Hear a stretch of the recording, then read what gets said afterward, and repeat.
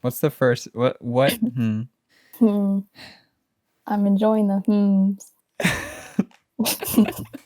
You're being quite disruptive to my flow, and I appreciate it. It keeps me on my toes. I'm providing the comedic relief.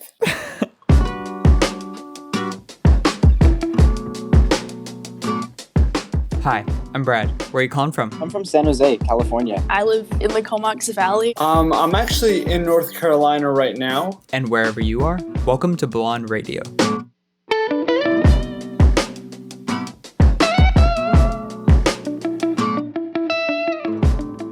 Hi, I'm Brad. I live on the west coast of Canada. I just beat The Last of Us Part 2, and I'm really starting to feel the summer heat. And welcome to Blond Radio, where every week I book calls with strangers from around the world. Today we'll talk to Joe South, whose music is fueled by the world around him, Atdhe, who's trying to find the happiest person in the world, and Bella, who has a clear sense of self, procrastinating tendencies, and all. This week at Blond Radio on Instagram, I gave you guys a prompt. What's your ideal summer night? Here's what you had to say. Hey, I'm Dylan. I'm calling from Syracuse, New York. To me, a great summer night is having a campfire with my friends and listening to some good music. Love your show. Hi, it's Esther calling in from Chicago. I think my ideal summer night is basically being in nature and then going and cooking with friends. And it's like one of those meals that feeds the soul and is like super unhealthy. And so you guys watch a movie together that makes you both laugh and cry. We go our separate ways after looking at the stars, and then I watch Avatar and then go to bed with a dog, of course. Hey, I'm Matthew. I'm calling from Windrock, Arizona, and I'd have to say my perfect summer night would be eating pizza and hot wings while playing Battlefront 2, the 2005 edition, of course, with my best friend. Hey Brad, this is Kevin from Argentina, and my perfect summer night would be chilling with friends in a campfire, listening to music, living our lives. That would be the best feeling in the world, having a lot of fun and telling jokes to each other. That would be amazing. Hi, this is Mia from Sydney, Australia, and even though it's the middle of winter right now, my ideal summer night would just be going anywhere with my best friends and just talking. It doesn't matter if sitting on my bedroom floor or if we're watching the most beautiful sunset in history, just as long as I'm with them. Thanks to everyone for submitting your responses, and we'll hear more answers throughout today's show. But first, we'll talk to Joseph, a California artist who operates under the name Joe South. Here's a taste of his most recent track, Waves. First off, Black Lives Matter. It shouldn't be controversial. It shouldn't be no debate to the people jumping these hurdles, really bending over backwards to delegitimize voices. The voices of black people who grew up dealing with poisons and putting up with the pain. Shit that you and I don't understand. There's no excuse for not taking a stand. If you enjoy black culture, it better be in your plans. By not taking a stance, you just taking a stance. Rest in power, George Floyd. Breonna Taylor, Tony McDade. We honor you by making sure the movement's making more noise. Here's Joe South. Hey, how's it going? I'm doing good. How are you? Doing good. I'm Brad. Nice to meet you. Nice to meet you. My name is Joseph. Joseph. Awesome. Yeah. Sick. Where are you calling from? I'm from San Jose, California. Oh, sick. Bay Area. Oh, yeah. How's your day going? It started not too long ago, actually. I think my sleep schedule has completely fallen off the map. What about yours? I feel that on a spiritual level. I was being pretty good about it, but these nights it feels like it's 3, then 4, then 5 a.m. But I think maybe also that's just that creative grind. Yeah, definitely. Joseph, just the quick little elevator pitch on you. Who are you? What do you do? My name is Joseph, but I go by Joe South. I'm a rapper. I sing a little. I produce a little. I play instruments. I just make music however I can. I feel like I make music for me. Like, for example, I'm going on a road trip in a few weeks, so I'm making music pretty much pertaining to that, about being free, not wanting to come home, being nice. on the road, that type of thing. So I very much make music for now. And I think that keeps, obviously this is up to interpretation, but in my opinion, I think it makes my music refreshing, it being so current. That's sick. When did music start for you? When did you realize it's what you wanted to do with your life and your career? I think maybe in middle school, maybe 8th grade.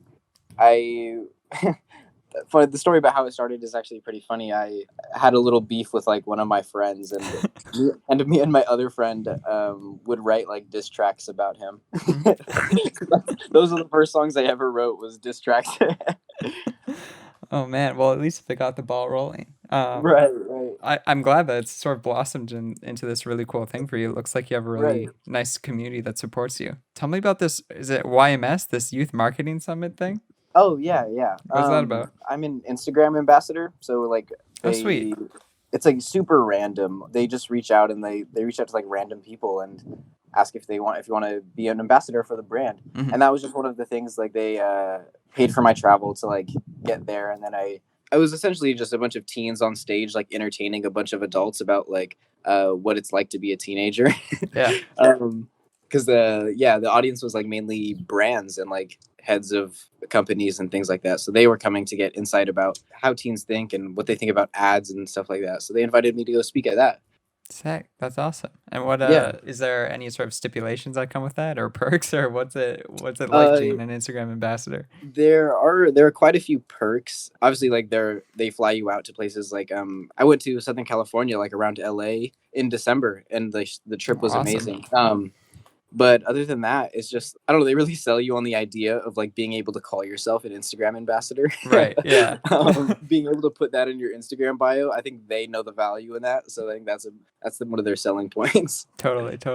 What keeps you going? What's the motivating factor for you? Why do you still keep your nose to the grindstone? I think it's because there's so much I want to do. Obviously, music is going to be a part of my life for hopefully forever, but I hope it opens up new doors. And I think that's something that makes me work really hard at music, is knowing that this can open other avenues for whether it's me using my voice for something or pursuing a movie career or something like that. That's sick. Yeah. It feels like, especially like in the 2010s moving forwards, or people like Childish Gambino who can literally do everything. Yeah. Like that, I feel like that's becoming more and more viable. Like as soon as you have a platform and you're so accessible to everyone, all these opportunities are kind of at your fingertips if you're willing to work for them. Right. Totally. Yeah, like Childish Gambino is like the perfect example of of where I'm headed with this. Hell yeah. Is there a specific field that you're not doing yet, but really like interests you and you can't wait to explore? I think writing scripts. Yeah. I grew up watching movies and just appreciating movies. Mhm. But just recently, like I've developed an actual like real love for just the art of it and the cinematography that goes into it, anything that would go into writing a script. It really piques my interest. It's not something I've completely dove into yet, but right. I do want to try it one day. I like that. Awesome. Do you come from an artistic family? I don't at all. Interesting. Okay. Did that make Yeah. you like feel on the outs at all, like growing up, or? It definitely does, because when I told my parents that I was not going to be going to college and that I was going to just full on pursue a music career, it was like such a foreign idea, just because like my parents work desk jobs and there's nothing wrong with that, but I understand it's gonna be hard to understand when your son tells you that he doesn't want to pursue that same thing. There is not a musical bone in my family. It's so easy to be a fan of a big artist, and it's because I don't want to say bandwagoning, but it's really accessible. If it's like everywhere you look, there's ads, and they're in songs and movies, whatever. And it's on the radio all the time. Right. What's the best way people can support small artists like yourself? And then on top of that, what means the most to you to receive support-wise? I think honestly, just like word of mouth sharing, because when someone might tag me in their Instagram story and like say that they're listening to my music, I think that is almost the absolute best feeling, knowing that their supporters are gonna look at that, and then you have like a whole hive of supporters at that point. So I think that might be the best way, or just that makes me feel the most accomplished, is when I see that. Yeah, because it's social media, it's so tied to it's who you are, it's your online persona. So to like fully endorse someone, that's kind of a big statement now, which like sounds cheeseball as it is, but we're living in the information era for sure. Yeah, for sure. Damn, sick. Well, awesome. It's been a pleasure speaking to you. Yeah. Any exciting plans for the rest of your day? No, I think I'm just gonna keep writing this song that I'm working on. Yeah, I caught. It's Waves. Waves, dude. Yeah. Vibe with that art. That's so sick. Wow, thank you so much. That means a lot, really. How much work went into that? I can't imagine. It's crazy. Those songs like that, like the ones that have that message, they really write themselves. Like I don't have to dig too much to awesome. to write this one. So I might have knocked that one out in like 25, 30 minutes maybe. You know, as much crazy shit is happening in 2020, it's providing a lot of material. Oh wow, yeah, that's something that a lot of people told me was like wow, listening to the song really made me appreciate the art that has come out of this. For sure. Or maybe not even material, but like conversations that, you know, we need to be having. Right. Yeah, for sure. Sick. Well, thank you again for making art and being a sick guy, Joseph. I really appreciate it. I appreciate you. Thank you for giving me the opportunity to be on this call, Brad. Hey, it means a lot. Anytime. I'll stay in touch. I hope you have a lovely rest of your day. Thank you. You too. Ciao.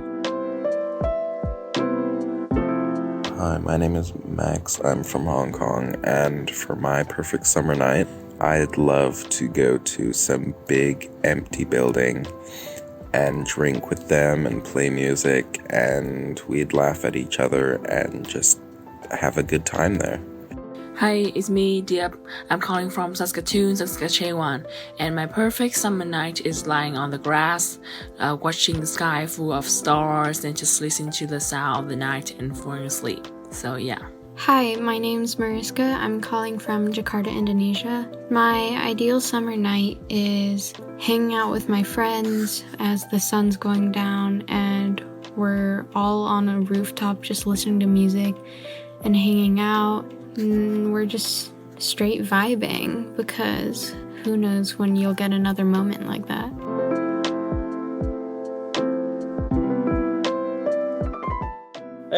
Hey, I'm Brad. Nice to meet you. Brad, how are you, buddy? Doing good. And you are? My name is Atdhe. Okay, that's awesome. Where are you calling from? I'm actually in North Carolina right now. Right. But I'm just traveling, so I'm just one of my stops along the way. For sure. If anything, you always seem to be on the go, which is very cool. Give me just the quick elevator pitch on you. Who are you? What do you do? My name is Atdhe. Yeah. I am a filmmaker. I've been making films basically my entire life. Mm-hmm. Basically, I set out to make a documentary to find the happiest person in the world, and the way I would do that would be by asking everyone I met one simple question: are you happy? And hopefully their answers would lead me to the happiest person in the world. That's so sick. And from watching your videos and stuff, it feels like what's the timeline on when this was all filmed? It seems like it's been a long-standing project you've been working on. So I started filming this in February of last year. Oh, wow. Is it still going? I guess it is for you, yeah? Yeah, I did bank a lot of content Mm-hmm. from when I started shooting, and I still haven't used all of it, even though I am still shooting everywhere I go. Hell yeah. So when did video making initially start for you? Like, when did you realize, like, being behind a camera, that was sort of the drive, the vision? It's kind of tough. It's like asking somebody like what their first memory is. I can't really pinpoint when I knew, Mm-hmm. but I know that VHS camera that my parents had collecting dust in the closet that they'd only pull out for vacations, that was like the thing that I wanted. And every chance I had, I got my hands on it. The first time I started recording with it, I must have messed up the zoom function. Mm-hmm. But it was just like blurry colors. I was like, as I was recording my room, and immediately I went downstairs, hooked up like the RGB cords from the camera to the TV to watch what I had recorded. I don't know why, but I cried. I was a kid, dude. I was like 6, 5. Right. I remember this, like, I think my parents were like doing work in the garage, and they had this like carpenter in the house as I was watching it. And he's like, "Are you crying, kid?" I'm like, "Yeah, no, I'll be all right. But that's like one memory I could definitely point to. That's like, that's kind of where it all began. It sounds super foundational to like God. It sounds like it's just in your bones, which is so cool that it's just been this thing in your life for so long. Have you always been, because it's a big step to go on this adventure and journey and just engage with so many strangers. Have you always been someone super extroverted growing up? Actually, no. I always am like a nervous wreck before having to present, having to go to an interview. Every job interview I had, like, I'm not one to like hide my nervousness. I'll always tell them like, look, I'm super nervous. And that usually calms me down, like just putting it out there. I think that when you're nervous about something, it shows that you care. I will tell somebody, like, hey, I'm really nervous, but that it's only because I really care about this interview or this job. When I was like in college and in high school, I was really shy to like talk to girls that I liked. So I would kind of force myself to do it. I like, even though I didn't want to go out, even though I was afraid to talk to the girl at dinner at this party, I didn't want to accept that I was too afraid to talk to somebody. So I forced myself to do it and forced myself to be okay with failure. Maybe wanting to have friends, wanting people to like me, forced me to learn how to actually speak to people. Now, at this point, I'm 25, and it's kind of like a hidden talent. I could just strike up a conversation with anybody. That's so sick. You have like this inherent thing if you know what you want to do, but then like these barriers that you force yourself to overcome, which is that's the most ideal way to go. And I like the way you spoke about that, as like being nervous just shows that you really care. Similarly, I think about like nervousness and fear. It's like a physical reaction in your body that's just preparing you for something really important. It's not necessarily a bad thing. Right. And, it helps too. Like, and I keep going back to the job interview, but if you're somebody like me that really struggles with social interaction, social dynamics, being nervous, telling somebody like, hey, I'm nervous because I care about you, or because like I really care about this. It's really important to me, so I want it to go right. You could basically do anything after that. It'll calm you down, and people, I feel like, will appreciate you more or respect you more for it. Totally. Yeah, just putting all the cards on the table. For sure. Yes. Sick. What's been is there a through line or a consistent, what's the most surprising thing you've learned in talking to people over the past, months, years? I think that if you don't go out there, it's so easy to think that everything is falling apart, that people are really down about what's happening and that life is just horrible everywhere. And of course, there are bad things going on or things that need to get better. But for the most part, things are okay. I have a feeling that people might be offended by that. But what it really comes down to in terms of how to be happy, or what the happiest people have in common, is that what they're worried about is what's for dinner tonight, who's picking up the kids, are the test results back, is dad going to be okay, who's bringing the car to the mechanic, how much is that going to cost. Everybody has to go through these day-to-day things, and as long as those things are okay, then the rest is kind of like there's only 24 hours in a day. There's no time for it. What I had to learn is that I can't let the world's problems make me feel bad or guilty or lost or confused. Yeah, so that was a huge learning experience for me. Yeah, and I feel like definitely in Western culture, maybe more predominantly in America, I'm not too sure, as a Canadian. Oh, Canadian, okay. But, I don't know. And it is true up here to an extent as well. The media does push to sensationalize and get those headlines and get those clicks. And a lot of time that revolves around negative things that happen, drives more traffic than the positive, I feel like, more often. Yeah, I mean, not only does it drive, I'm sure you've heard, if it bleeds, it leads. Yeah. It's more than just like, violence sells. It's what divides us, what causes controversy. I'm sure we've heard, don't you watch the news? You haven't seen this. Right. And growing up, I was like, oh God, I guess I got to watch the news to be relevant. And I was like, dude, F the news. I that is like the thing I want to watch the least. I want to learn about history. I want to learn about what's happening, in my society. But this sensationalism, NEWS, dude, FUCKOFF, man. Definitely. The delivery service of that information, needs a workaround. And there's a bunch of other venues where you can get your updates in maybe a less filtered way. Yeah, like Blond Radio.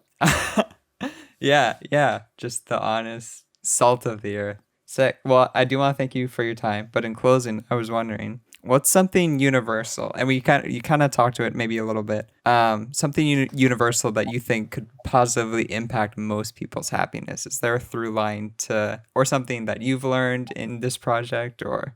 Yeah, so by far the through lines between the happiest people in the world are family, and that doesn't have to mean brother, sister, mother, uncle, cousin. It could be friend, girlfriend, colleague, boss. The other thing is work or cause. Waking up in the morning and going to a place where you serve a purpose. And then thirdly, it's passion, which sometimes could blend in with that job thing, but people who are doing what they love or have found that thing that just gets them going.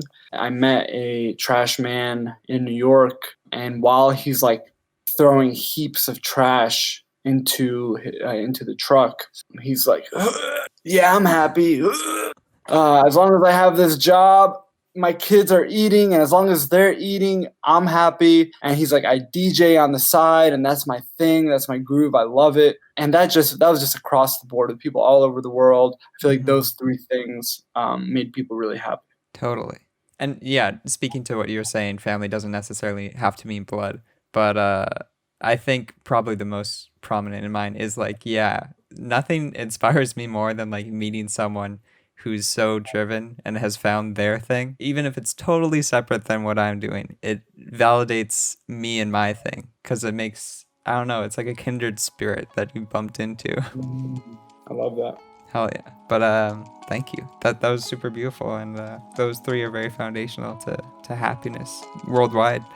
Thank you, Brad. Thank you for your time. Okay. Good to meet you, Brad. You have a good day, all right? Hey, you too. I'll talk to you later. I'll definitely stay in touch. All right, peace. Ciao. Hi, I'm Connor calling from Boise, Idaho in the US, and my ideal summer night is driving to the mountains with friends with ice cream and watching the sunset, and then setting up a projector and watching a horror movie against somebody's car. Hi, I'm Kuti. I'm calling from South Africa, and my ideal summer night is a braai with my family. A braai is a barbecue, by the way. Hi, I'm Shada, calling from Alberta, Canada, and my perfect summer night would probably consist of getting some ice cream with friends and just going stargazing and just talking about how we're each doing, and yeah, just having a nice conversation. Bella, nice to meet you. Nice to meet you too. Very cool. How's your day? It's good. I'm just at school right now trying to finish all of my work on the last day of the deadline, which is not the most sustainable thing I could have done, considering that I've had all quarantine to do it, but it's how it be. So this is the last day that you can finish all this stuff. Is that what you're telling me? Yes, but I'm going to be working tonight too, so don't worry about taking up my time. Okay. Would your friends describe you as a procrastinator? Oh, 100%. I have very bad ADHD. Interesting. Yeah. Well, give me the elevator pitch on you. Who are you? What do you do? What's your story? My name is Bella Mackenzie. I live in the Comox Valley, and I'm just a student here, and I don't know, I'll just be going back to my house and session, and then going to work, and then going to school. I don't know. I guess I was born in Alberta for a little bit, raised by my grandparents while my mom and my dad were in college, and then they met in like an art history class. Because my dad was making lewd comments about like the nude paintings, and then my mom was like, ooh. For their like 10-year anniversary, we all like went to Paris and stuff, and then they were like, oh my god, that's the same painting, and like we're here actually there. Awesome. And what do you, I know we spoke to it a little bit, but it feels so hard to plan shit now for the future, but is there a direction you want to pursue? Is there something career-wise, life-wise? That's the thing about it, is there's just so many things that I'm obsessed with, like concept-wise. And that's the hardest part about being like Gen Z and being like this class of 2020, all of this stuff, is because there's like so much weird options that weren't available before. Like when I was little, I was like, I want to be a singer, and now I'm just like, do I want to be this weird like entrepreneur person? Do I want to be like a TikToker? Do I want to be like whatever celebrity is right now? Totally. You know, so there's all these weird, like, it's just the vast amount of possibilities. And another part of me is like, nah, I just want to live my cottagecore life and just like enjoy the rain and like read Twilight alone, you know? Hell yeah. Yeah, it's tricky, especially like right after grad. And then can't even imagine plus all this shit going down. Like you guys are going through a lot. And did you have a ceremony? Did you? No, my ceremony is in, I think, 2 weeks, and we're doing a drive-through grad, so it's pretty much fucking A&W out here. I love it. That's a story you could tell one day, one way or another. That's kind of... Yeah, because like I guess I wasn't really looking forward to being like in like this big sweaty auditorium with like 7,000 other people and like all of their grandparents. Sure. But at the same time, like a little bit of me is sad because I never got to witness that, especially for last year. Like I always looked up to the grads above me, and it's interesting being like, whoa, I'm now that grad, and all of this time has passed, and somehow I'm the grad that's now graduating. What the heck? But pretty much our school has this a massive, like the prettiest driveway with like all these like oaks beside it. So it's like pretty glamorous and stuff. And I never drive up it because I don't have a car, but they have these very fancy cars that you can sign up for. And so we all get to come up the drive, get our diploma, maybe get a photo. Not really sure how it works too much because it's very vague and there's been time changes. And I'm just like, I hope I don't miss it. But well, that sounds I think lovely.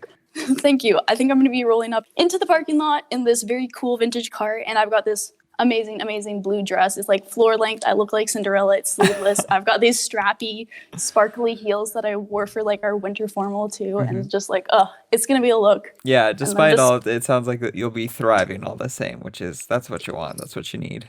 Yeah, no, it's definitely what I need, and like I'm struggling to get through right now just because I'm such a chronic procrastinator. But like I know the moment that I'm just like in that dress, got the heels on, got all my makeup done, I'll like see everyone and I'll be like, oh fuck, it's finally worth it. Hell yeah, I like that. I was looking through your feed and stuff, and maybe I'm reading into this too much. I'm not sure. Oh, no. I enjoy self-analyzing myself. So when other people do it, I'm just like, oh, and I'll try and answer that for you. But like, very cool. It looks like you're someone who's very introspective, and you even just spoke to it right now. Do you find yourself being someone who's nostalgic or thinks about the past a lot? Are those things that affect you on the day-to-day? Yeah, I guess it's probably based from like my ADHD anxiety, is because then you'll kind of like get stuck in thoughts, or like you're obsessed with like the nostalgia is so good. So for the first beginning of like my high school, I was so short-term nostalgic. And I felt like every single moment that happened was just about to be like behind me. And it just made me never appreciate the moment that I was in. And so I don't know what clicked, but I think it was just something happened. And I just started being like, you know what? All those things that did happen, they did happen. And I like to write about them, or at least just like have a book. And it's just like little memories that were just like so good. And I'm just like, Bella, inevitably there's going to be good moments, so why are you so obsessed with focusing on like 3 or 4 that are just your favorite? Because there's just like every moment's good or bad or neutral, and you're just in it, and you got to enjoy the fact that you lived through all of that, and you got a fuck ton to live through.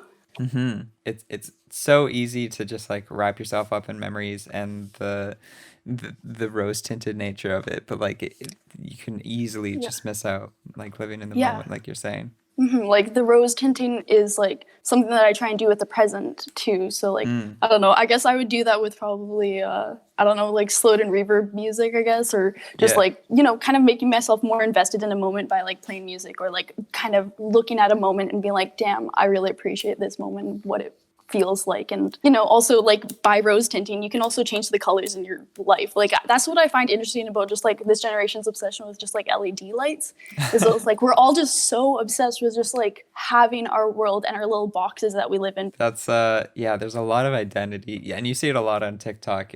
Everyone's room feels like a character. And that's why like I really enjoy seeing everybody's rooms, is because I'm just like, oh my god, I can like see into you and like how you feel about like your environment, and is it how you feel about yourself to an extent. Whatever situation you're in is what you're in. So totally. How are you passing quarantine time? I know that you're spending obviously now a lot of time trying to finish your stuff for school, but it sounds like maybe you weren't previously. Have you been working on any projects? Have you just been mellowing out? Yeah, I think some days I would be like, Bella, you are the worst procrastinator I've ever met. I hate you so much, but also I really enjoyed how we spent today, so like that's okay too. Totally. It's a saying that I fall back on when I'm trying to justify my maybe lackluster, lazy behavior, but it's like time that you spent and you enjoyed that time. It's not wasted time. So it's like, I'm like on my 30th episode of anime. It's like, I like this, so this is fine, which is maybe a bad way to look at it, but It's no. You are 100% correct. As long as you like getting some important stuff done in your life and like putting time aside for that and like being like, you know what, this matters to me. I want to get this done so that I can have time to just like, it's so much more lovely when you actually do get stuff done and then you have all this free time to just be like, hey, fuck it. We going out on an adventure all day, boys. hell yeah. Okay, so it sounds like you have a pretty good understanding of like how you procrastinate, why you procrastinate. Like, I feel like you know the ins and outs and yet you still do it. So like, what's the I know, this is infuriating. And I had a 3-hour counselor's appointment yesterday, and he's just like, okay, so you're gonna do this tonight and you're gonna do this and here are the methods. And I'm just like, yes. And I'm just like, okay, I need to sit down, get into my body and do this. And then I just ended up just like falling asleep, and I don't even know how I did it. Like, I didn't even do anything that day. Like, how am I so tired all the time? Well, I don't know.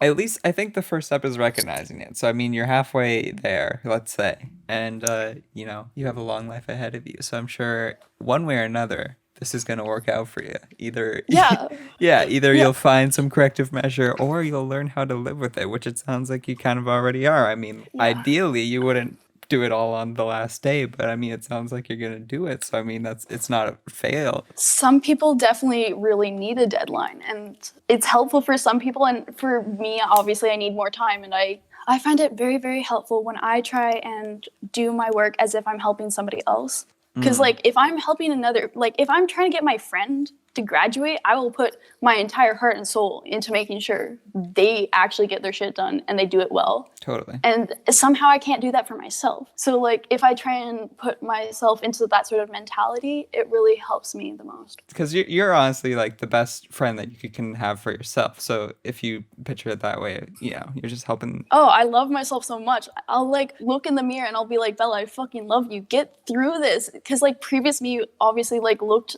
up to myself right now, and she was just like, senior year Bella is gonna be the coolest bitch ever. She's gonna have tattoos on her hands. She's gonna be driving an Audi. She's gonna be listening to like Travis Scott on full blast in her cool ass car. And then now I'm here like totally procrastinating, being like, I gotta live up to that love that I had for what I thought I would be.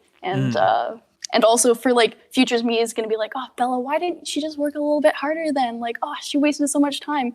So like that mix of just like knowing that like the past and the present kind of mix together, and I'm just like, I gotta be good for all of me, my past, my future. And because like it's my future self that I really need to look out for. I want her to have good marks so she can get into whatever college or whatever degree or even certificate in whatever little program or big program that she decides that she wants to do, because that's her passion. Hell yeah. I've never thought about it that way. That's very beautiful. I like that mentality. Thank you. But I thank you for, just being so open and honest and just having a lovely conversation. And I love your perspectives and worldviews. And I'm definitely going to implement some of those like thought strategies that you're talking about. This is very cool. Yeah, honestly, if you want to call me back anytime, I am pretty much always free because I'm always not doing what I'm supposed to be doing. That's so sweet. I'll definitely keep that in the back pocket for sure. Thank you.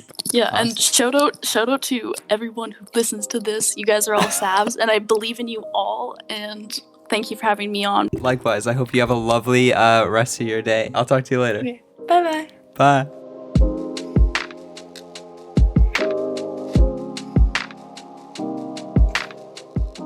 Special thanks to Joe South, Atdhe, and Bella for making this episode possible.